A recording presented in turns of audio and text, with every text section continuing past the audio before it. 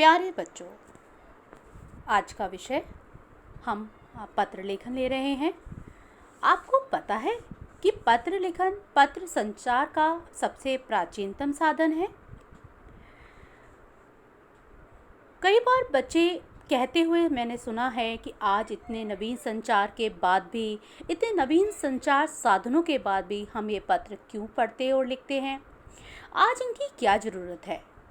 तो मैं बताना चाहूँगी बच्चों, पत्र व्यक्ति की पहचान का प्रतीक है, क्योंकि व्यक्ति की जो लिखावट में उसकी छवि को जो है हम पढ़ते समय जो पाठक है वो उसको देख सकता है और उसकी लिखावट में उसकी छवि अंकित होती है। व्यक्ति का जो व्यक्तित्व है, व्यक्ति की जो छवि है वो पढ़ने वाले के मन में उस पत्र के द्वारा जो है वो दिखाई देती है। आपने दादी माँ पाठ तो पढ़ा ही होगा। कक्षा 7 में जब लेखक अंत में अपने बड़े भाई का पत्र पढ़ता है तो उसे सामने जो है दादी की जो छवि है वो उभरने लगती है। पत्र वास्तव में संवाद का, संचार का एक बड़ा ही महत्वपूर्ण साधन है और ये साधन जिसे हम अपनी यादों में संभाल के रख सकते हैं। आपको कभी याद है आपके दादाजी या आपके नाना जी का पत्र आया हो और आप जब उन्हें आज इतने सालों के बाद दोबारा अपने बॉक्स में से, अपने उसमें से संदूक में से निकालें और उसे दोबारा पढ़ें तो आपकी आंखों के सामने उनकी लिखावट, उनकी छवि को जो है दोबारा से उपस्थित कर देती है। बच्चों, पत्र केवल जो है यहाँ तक ही सीमित नहीं है। वास्तव में पत्र एक डॉक्यूमेंट के रूप में भी काम करते हैं और ये document as a proof, as a प्रमाण जो है प्रस्तुत किए जा सकते हैं। भविष्य की पीढ़ियों को इतिहास की जानकारी भी आपको पता ही है कि पत्रों के द्वारा ही मिलती है। आप अगर इतिहास का अध्ययन करें जिसमें जवाहरलाल नेहरू, रविन्द्रनाथ टैगोर, महात्मा गांधी के जो लिखे हुए पत्र हैं वो उनके इतिहास, उनकी समय के जो संदर्भों की राजनीतिक, आर्थिक, सामाजिक स्थितियों का वर्णन करते हैं। तो पत्र मात्र एक संचार का, एक संवाद का साधन नहीं, पत्र वास्तव में बहुत कुछ है। आज भी नवीन संचार माध्यमों के बावजूद आज भी पत्र महत्वहीन नहीं हुए हैं। कोई कितना भी कह ले, नए टेलीफोन आ गए हैं, मोबाइल आ गए हैं, हम घंटों अपने परिजनों से मोबाइल पर बातें करते हैं, लेकिन क्या इसके बावजूद पत्र महत्व खो चुके हैं? तो ऐसा कहना गलत होगा, क्योंकि व्यावसायिक पत्र आज भी जो है हमारे समय में अभी भी गतिमान है। राजनीतिक पत्र, जो एक देश के जो राजनीतिज्ञ हैं वो दूसरे देश में जब संधि करते हैं या कोई समझौता होता है तो पत्र व्यवहार उनके मध्य होता है और ये पत्र संभाल के रखे जाते हैं। और आज भी अगर आप देखोगे तो कई ऐसे दूर दराज के इलाके हैं जहां पर अभी भी मोबाइल नेटवर्क सर्विस जो है बच्चों उपलब्ध नहीं है। वहां पर दूर दराज तक संदेश पहुंचाने का अभी भी ये पत्र ही एकमात्र साधन है। और जब वहाँ पर गरीब माँ अपने बच्चे की जो सेना में, जो आर्मी में कार्यरत है, वहाँ से जो मनी आर्डर आता है, उस मनी आर्डर से उसका घर चलता है, तो वो मनी आर्डर भी तो डाकिया ही लेके आता है, जिससे कई घरों का चूल्हा जलता है। तो आज हम जिस पत्र लेखन की कला का अध्ययन करेंगे वो अपने आप में महान है और प्राचीन है। तो सबसे पहले बच्चों, पत्र लेखन के इतिहास को हम जान लेते हैं। आपको पता ही है कि पत्र संचार का सबसे महत्वपूर्ण साधन है और प्राचीन भी। पत्र लेखन का इतिहास अत्यंत प्राचीन है। पहले कबूतरों द्वारा, फिर पैदल हरकारे आपको पता है, जो रनर्स होते थे, घुड़सवार हरकारे जो घोड़े पर सवार होकर जो संदेश पहुंचाने का काम करते थे, पत्र पहुंचाने का काम करते थे। और ये प्राचीन है हमारे समय, अभी के समय में तो आप ये जानते भी नहीं होंगे। सन 1972 में मैं आपको बताना चाहूँगी कि ये पत्र लेखन की जो कला है ये हमारे स्कूली पाठ्यक्रम में कब आई। सन 1972 में विश्व डाक संघ ने पत्र लेखन को एक कौशल माना और इसे स्कूली पाठ्यक्रम का भाग बनाया। और सबसे महत्वपूर्ण बात, आज पत्र लेखन में फैक्स, ईमेल, टेलीफोन और मोबाइल से तेजी आ गई है। आज हम बहुत तीव्रता से अपने संदेश अपने प्रियजनों तक पहुंचा सकते हैं, लेकिन मैंने आपको पहले ही बताया है, इन सब के बावजूद पत्र अपने आप में महत्वपूर्ण हैं और इन्हें लिखना भी हमें एक कला है, और इसी कला को आज हम अपने इस अध्ययन में सीखेंगे कि कैसे लिखी जाती है, किस क्रम में लिखी जाती है और क्यों लिखी जाती है। तो आइए सबसे पहले हम पंडित जवाहरलाल नेहरू जी का मुख्य कथन का अध्ययन करें। पंडित जवाहरलाल नेहरू जी ने अपने कहा था कि 1953 में सही कहा था कि हजारों सालों तक संचार का साधन केवल हरकारे यानी रनर्स या तेज घोड़े रही हैं। उसके बाद पहिए आए जिससे संवाद की गति तेज हुई। अब टेलीफोन, वायरलेस, रेडार, दुनिया बदल रहा है। तो बच्चों, समय के साथ साथ, तकनीकी के साथ साथ बदलाव आ रहे हैं और बदलाव आएंगे, लेकिन हमारे जो पत्र हैं, पत्र लेखन ये अभी भी और भविष्य में भी जो है विद्यमान रहेंगे। इनकी कला को लिखना तो हमें आना ही चाहिए। तो आइए शुरू करते हैं पत्र लेखन के मुख्य बिंदु से। बच्चों, सबसे पहले पत्र की भाषा सरल सुबोध होनी चाहिए, अर्थात उसकी भाषा, सुबोध का क्या अर्थ है, अच्छे से, जल्दी से, स्पष्टता से समझ में आ जानी चाहिए। विषय स्पष्ट होना चाहिए और अनावश्यक विस्तार से बचना चाहिए। भाषा में शिष्टता का भाव होना चाहिए। असहमति की स्थिति में भी कटु भाषा का प्रयोग ना करके शिष्ट भाषा में अपना विरोध व्यक्त करने की कला आनी चाहिए। आपको मैं एक जो है संदर्भ बताना चाहूँगी। महात्मा गांधी का जो है आप सब परिचित हैं। महात्मा गांधी जो है दोनों हाथों से पत्र लिखते थे और उनके पत्रों को जो है उनके जो सेक्रेटरी थे महादेव देसाई, जिनकी राइटिंग बहुत सुंदर थी, और वो हमेशा जो है उनके पत्रों को जो है देखते थे और उन्हें पोस्ट करते थे। तो महात्मा गांधी जी जो हैं उनके, आपको आपने कभी देखा होगा कि उनकी राइटिंग जो थी वो रीडेबल नहीं थी, और वो बहुत ही जो है आप कभी अहमदाबाद जाएं तो वहाँ ज़रूर देखिए उनकी राइटिंग। और महादेव देसाई जो उनके सेक्रेटरी थे, वो उनके पत्राचार, जो संपूर्ण पत्राचार था वो वे ही करते थे। ये चैप्टर भी आपको ग्रेड 9 में शुक्र तारे के समान में इस पूरे संदर्भ को समझने में महत्व करेगा। सबसे पहले पत्र लेखन के प्रकार। बच्चों, पत्र जो है दो प्रकार के होते हैं, एक औपचारिक पत्र और एक अनौपचारिक पत्र। औपचारिक पत्र आपको पता ही है, सरकारी कार्यालयों, स्कूलों में जो है जहां औपचारिक भाषा और संदर्भ का प्रयोग होता है वहां लिखा जाता है।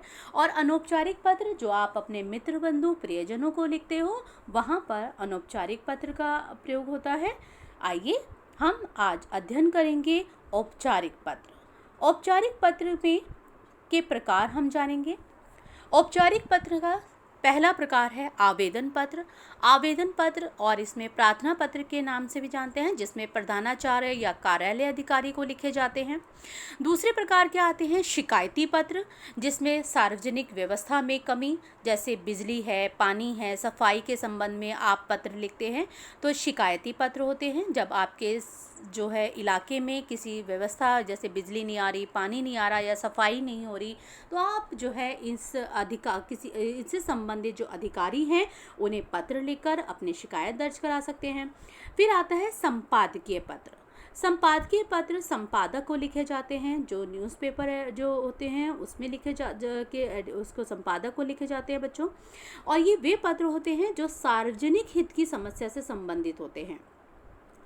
उसके अलावा आते हैं व्यावसायिक पत्र। व्यावसायिक पत्रों में जैसे आपको अगर पुस्तक मंगानी है या आपका गलत माल आ गया है, उसकी शिकायत करनी है, तो उसमें ये व्यावसायिक पत्र आते हैं।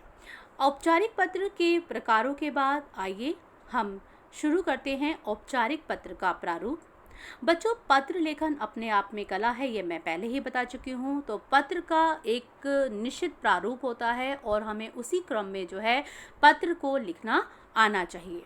तो सबसे पहले प्रेषक का पता, जिसने पत्र लिखा है, दिनांक, किस दिन पत्र लिखा गया है, फिर जिसे हमें पत्र लिखना है उसका पता आता है बच्चों।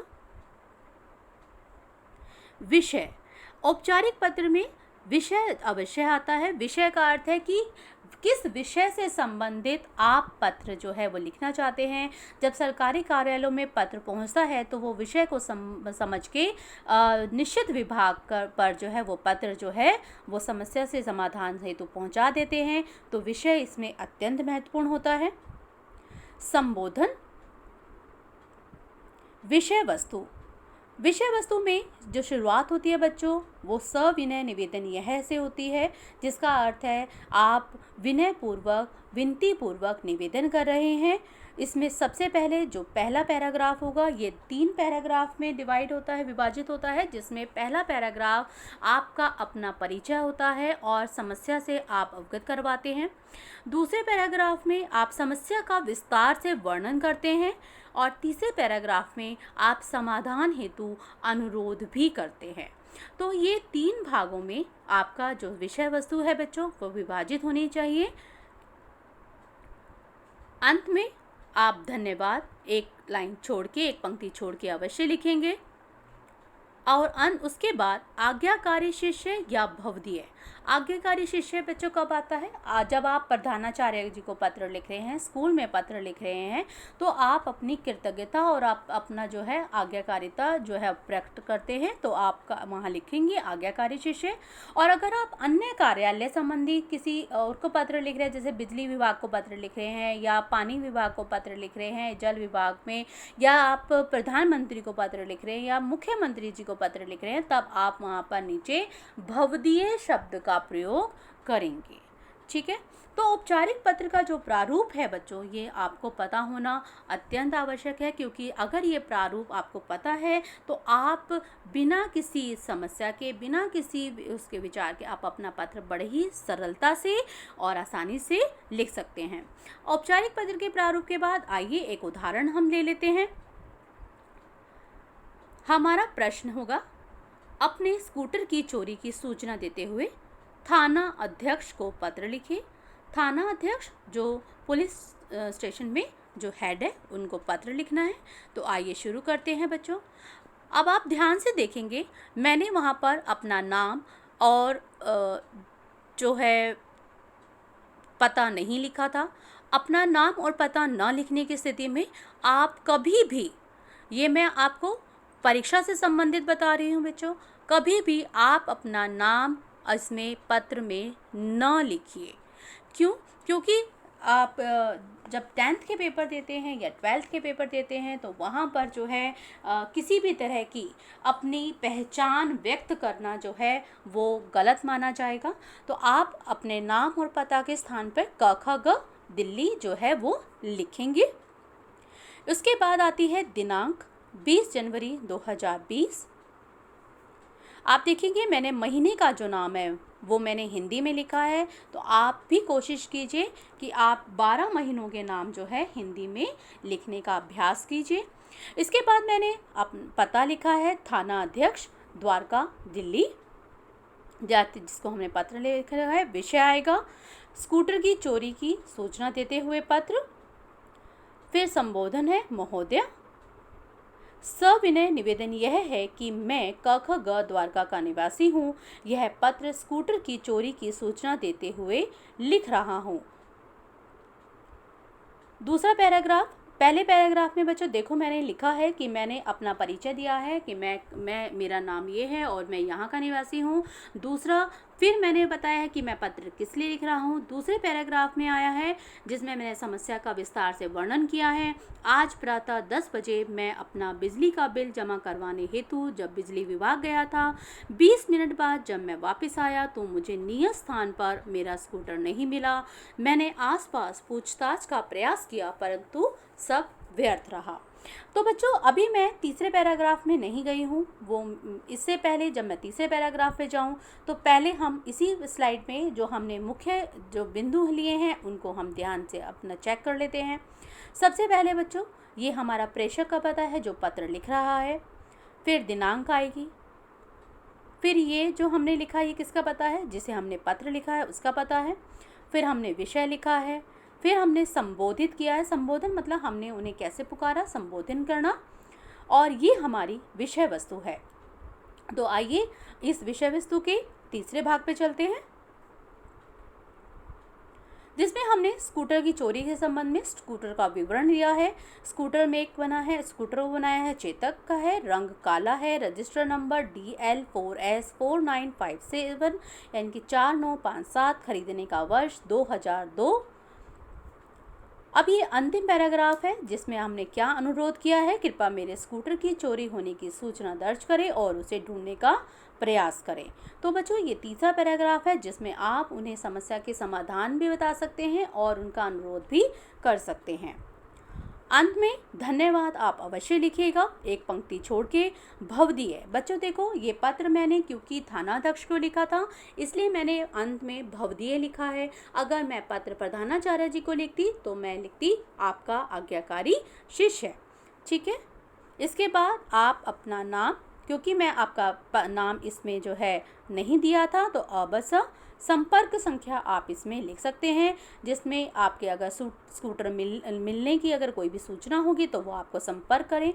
तो इसमें हमने क्या क्या जाना, इस पे हमने जाना कि हमने वस्तु का विवरण दिया है, क्योंकि अगर आप किसी व्यक्ति के खो जाने की सूचना आप थानाध्यक्ष में दोगे तब भी आप उस व्यक्ति का विवरण जरूर देंगे, या आपकी कोई और व्यक्ति खो गया है, वस्तु खो गई है, और इस तरह से वस्तु का या व्यक्ति का विवरण देना अत्यंत आवश्यक है। इसके अंत में हमने जो है समाप्ति संबंधित धन्यवाद और भवदीय शब्द लिखकर जो है समाप्त किया है। अपना नाम आप नीचे अवश्य लिखिए। नाम अगर प्रश्न में अंकित नहीं है, नहीं दिया गया, तो आप अ ब स या क ख ग जो है आप इसमें लिखेंगे। आइए, एक प्रश्न मैंने स्कूली विद्यालय से लिया है जिसपे मैंने प्रधानाचार्य को अवकाश हेतु पत्र लिख रही हूँ। तो एक पत्र आपका जो है स्कूटर से संबंधित चोरी थानाध्यक्ष के संबंध में था, और एक आपका जो आपकी रोज स्कूल में पढ़ते हैं ऐसे पत्र आप जरूर लिखते हैं। तो प्रधानाचार्य का भी एक मैंने जो है के हेतु अवकाश हेतु मैंने पत्र इसमें लिखा है। तो जो ये आपकी जो है कई तरह के जो है विचारों का, समस्याओं का समाधान भी अवश्य करेगा। आइए इसको लिखते हैं। सबसे पहले अपना नाम, क्योंकि इसमें मेरा नाम मेंशन नहीं था तो मैंने क ख ग दिल्ली लिखा है। इसमें फिर दिनांक मैंने लिखी है।